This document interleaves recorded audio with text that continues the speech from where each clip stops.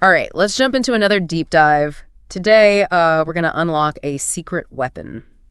And that weapon is nuance, specifically nuanced vocabulary. We're diving into a collection of words that can really sharpen your communication, make you a better communicator. And we're pulling all these words from this vocabulary building guide that you sent over. And guess what?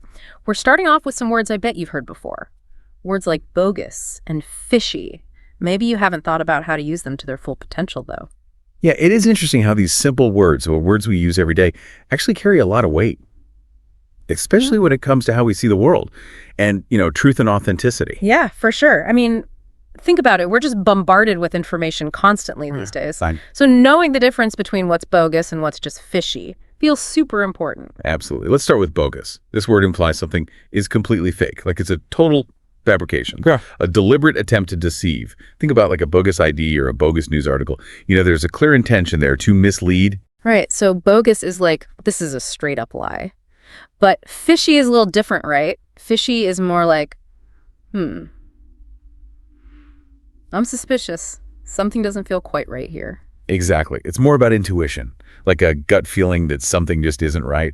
Like, okay, that sales pitch sounded a little fishy. I better do some more research. So you're not saying something's false, but you're definitely not convinced. I think we've all had those moments. You see something online or even like in a conversation and you get that fishy feeling. Definitely. And it's interesting to consider how these words, bogus and fishy, have become even more relevant today. I mean, with the internet, we're constantly confronted with the need to figure out what's true and what's false. Yeah, it's like we're all detectives now, sniffing out what's bogus and what's just fishy. Okay, moving on from truth and deception, let's talk about those times when we have to think on our feet, when we're under pressure. Our next words are scramble and hunch. This pair is all about navigating chaos, making decisions when you don't have much time. Those moments when you have to react quickly.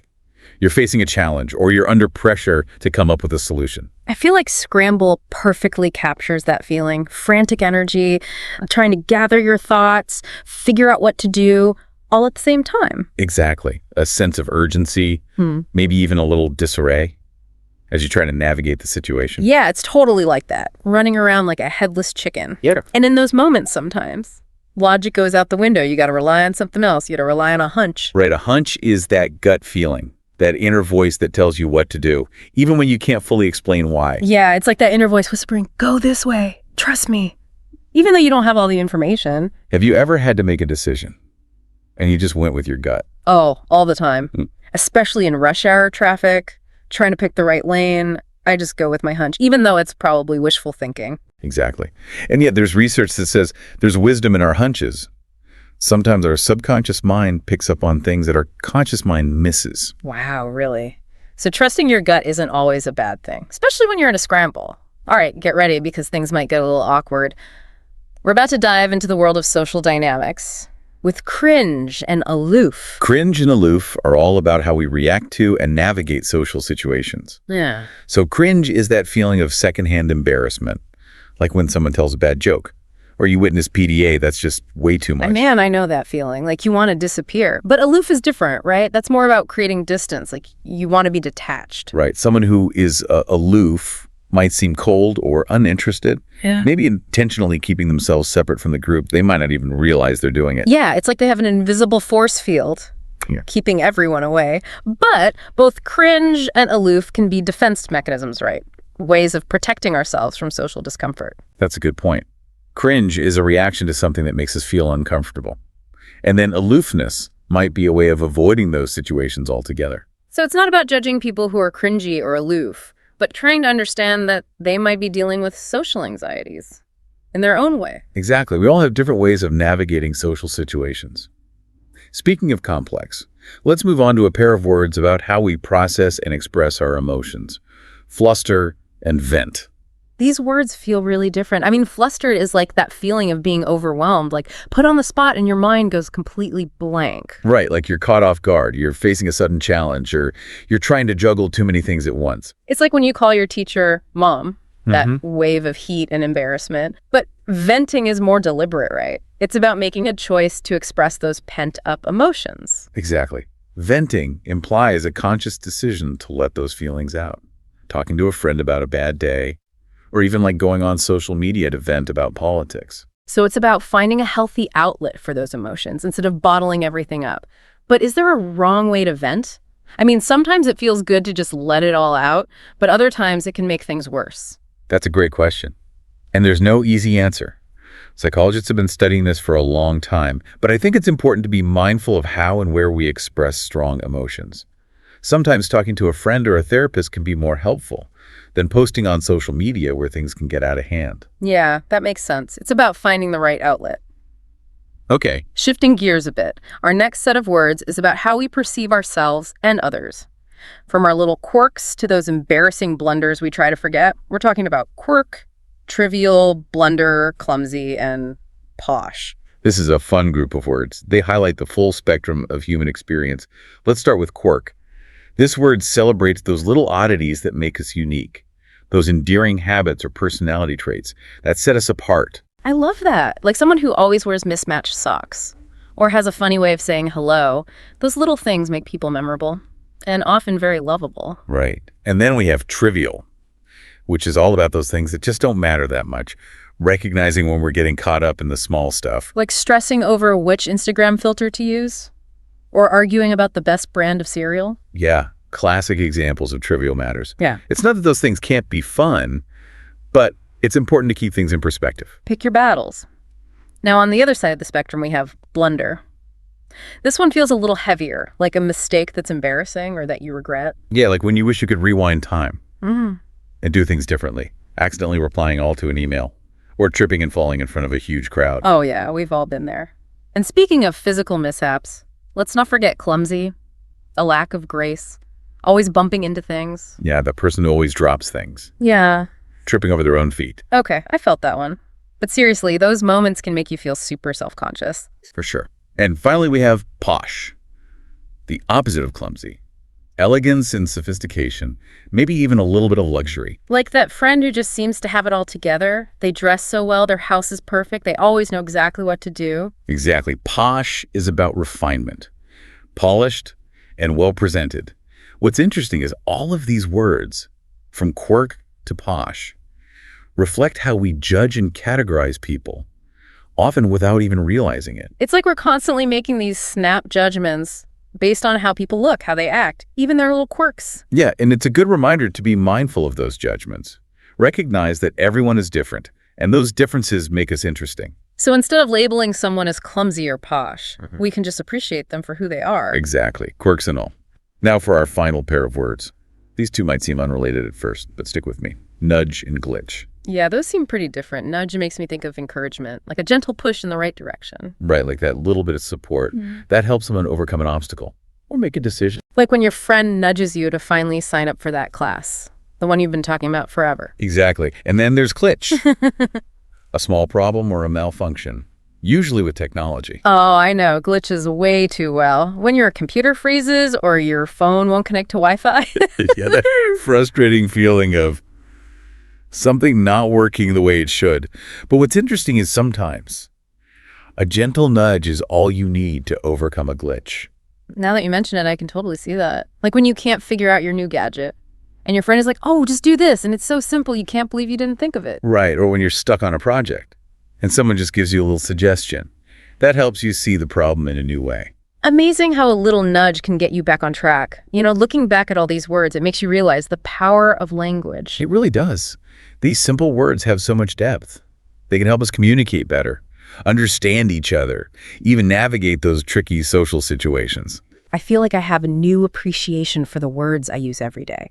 It's like I've been given these amazing tools. Exactly, and that's the power of expanding your vocabulary. It's not just about memorizing definitions. It's about enriching how you see the world. So as we wrap up this first part of our deep dive, what's one thing you would tell our listeners to take away from this? I would say embrace the journey of learning language. Pay attention to the words you use. Look for new words. And don't be afraid to try them out. The more you explore language, the better you'll be at communicating. That's great advice. Learning new words can be fun, too. It's like a treasure hunt. It is. So keep your dictionaries handy, Listen for new words, and most importantly, keep that mind curious. There are so many words out there waiting to be discovered. And remember, it's not about using big words to sound smart. It's about finding the words that express your voice. It's about using language to connect with people, inspire people, and make your mark on the world. Now that's something to think about. We'll be back soon for part 2 of this deep dive into nuanced vocabulary. Until then, happy wordsmithing. All right, so we left off talking about cringe and aloof. These words are all about how we react to and navigate social situations. So cringe is that feeling of secondhand embarrassment, right? Like when someone tells a bad joke. Or maybe you see some PDA and it's a little too intense. Oh, I know exactly what you mean. It's like you just want to melt into the floor. But aloof is different, right? It's more about keeping your distance. Right. Someone who's aloof might come across as cold or uninterested, like they're intentionally separating themselves from the group. It's like they have this invisible wall around them. But the interesting thing is, both cringe and aloof can be ways to protect ourselves from feeling uncomfortable socially. That's a good point. Cringe is like a reaction to something that makes us feel awkward. And aloofness might be a way to avoid those situations altogether. So maybe instead of judging people who are cringy or aloof, we can try to understand where they're coming from. Absolutely. We all have different ways of handling those social situations. Okay, let's switch gears a bit and talk about a pair of words that deal with how we process and express emotions. Fluster and vent. Flustered makes me think of that feeling of being totally overwhelmed. Like when someone puts you on the spot and your mind goes completely blank. It's that feeling of being caught off guard. Maybe you're facing a challenge or you're trying to juggle too many things. Like when you accidentally call your teacher mom, that instant feeling of panic. But venting is more intentional, right? You're choosing to express those feelings. Exactly. It implies a conscious decision to let it all out. Talk to a friend about a bad day, or even just express your frustration on social media. So it's about finding a healthy outlet, rather than keeping everything bottled up. But is there a right or wrong way to vent? Sometimes it feels good to just let it all out, but sometimes it just makes things worse. That's a great question. And it's something that psychologists have been studying for a long time. There's no easy answer. I think it's important to be mindful of how and where we express those strong emotions. Sometimes talking to a friend or a therapist might be more helpful than going on social media where things can get out of control. That makes sense. Finding the right outlet for the situation. Okay, let's shift gears again. Our next group of words explores how we perceive ourselves and others. From our unique quirks to those embarrassing mistakes we all make. We're talking about quirk, trivial, blunder, clumsy, and posh. This is a fascinating cluster of words. It really highlights the range of human experience. Let's start with quirk. This word celebrates those little things that make us unique, those endearing habits or personality traits that set us apart. I love that, like someone who always wears mismatched socks, or they have a special way of saying hello. Exactly. Those little things make people memorable. And then we have trivial, which refers to those things that are insignificant, like they don't really matter in the grand scheme of things. Like arguing about which brand of cereal is the best, or stressing over which Instagram filter to use. Exactly. Those are classic examples of trivial matters. They might be fun to think about. Yeah. But it's important to keep things in perspective. Right. It's all about picking your battles. Now, on the other side of the spectrum, we have blunder. This one feels a bit heavier. It's like a mistake that you really regret. Yeah, a moment you wish you could take back, like accidentally hitting reply all on an email or tripping and falling in front of a crowd. Oh, yeah, we've all been there. And speaking of physical missteps, there's clumsy, that lack of grace, always bumping into things or spilling your drink. The person who's always dropping things. Yeah. Tripping over their own feet. Oof, I feel personally attacked. But yeah, those moments can be really embarrassing. Absolutely. And finally, we have posh, which is kind of the opposite of clumsy. It conveys a sense of elegance and sophistication. It's like that friend who always seems to have their life together. They dress impeccably. Their home is beautiful. They always know the right thing to do in any situation. Right. Posh is all about that air of refinement. And what's interesting is that all of these words, from quirk to posh, reflect how we judge people, often without even realizing it. It's like we're constantly making these snap judgments based on people's appearance, their behavior, their quirks. Exactly. And it's a good reminder to be aware of those judgments. Remember that everyone is different, and those differences are what make us interesting. So instead of labeling someone as clumsy or posh, we can just appreciate them for who they are. Exactly. Quirks and all.